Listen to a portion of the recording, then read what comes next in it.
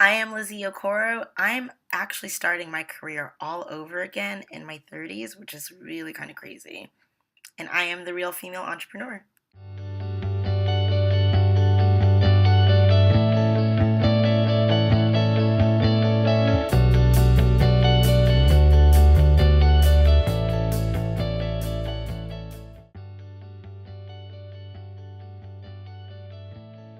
I think that it's so important to actually be real and authentic, especially in the female entrepreneur space, because for so long, I think that what it meant to be a female boss or a woman entrepreneur, those stories were never told. And I always heard or felt like growing up that in order to compete in a man's world, which is the business world, that you had to act like a man, you had to do certain things.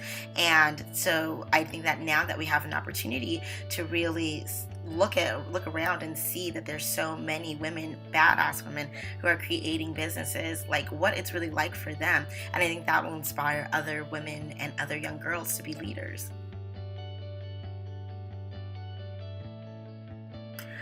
I had this really weird moment where people thought that I was way bigger and way more successful than I actually was.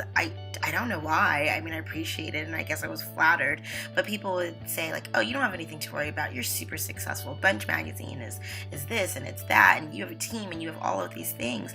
And I remember I was presenting in front of a group of high school aged girls and I gave a presentation, and some of the other speakers were actually friends of mine, other women who I know from the creative entrepreneur scene here in Los Angeles. And when I was giving this presentation, I was talking about all the financial struggles and really what the turning point was for me. And I remember more than the young girls, like my friends, the other women who were there as presenters came up to me saying like, "Oh my God, I had no idea." And really just tearing down that barrier or that wall or just showing that vulnerability, I think allowed me to just connect with them on a deeper level and actually be able to like work with them in a different way. It was really just such an inspiring moment, I think, for me to know that it's okay to be vulnerable, and for other people to know that like, hey, you don't know what's going on behind the scenes. You don't know what people are dealing with or experiencing. And even though things might look glittery and perfect, like they say, all that glitters is not gold. So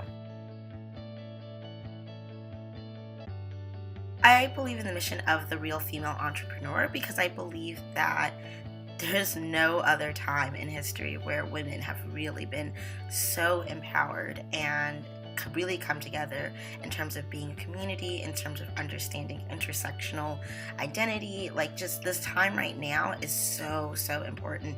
And the reality is that we are really going to be the ones driving the entire world. Girls run the world. Like, we really are doing that right now. And we need to be able to understand how we can empower each other, how we can be real with each other, how we can be vulnerable with each other, and how we can like get stuff done together.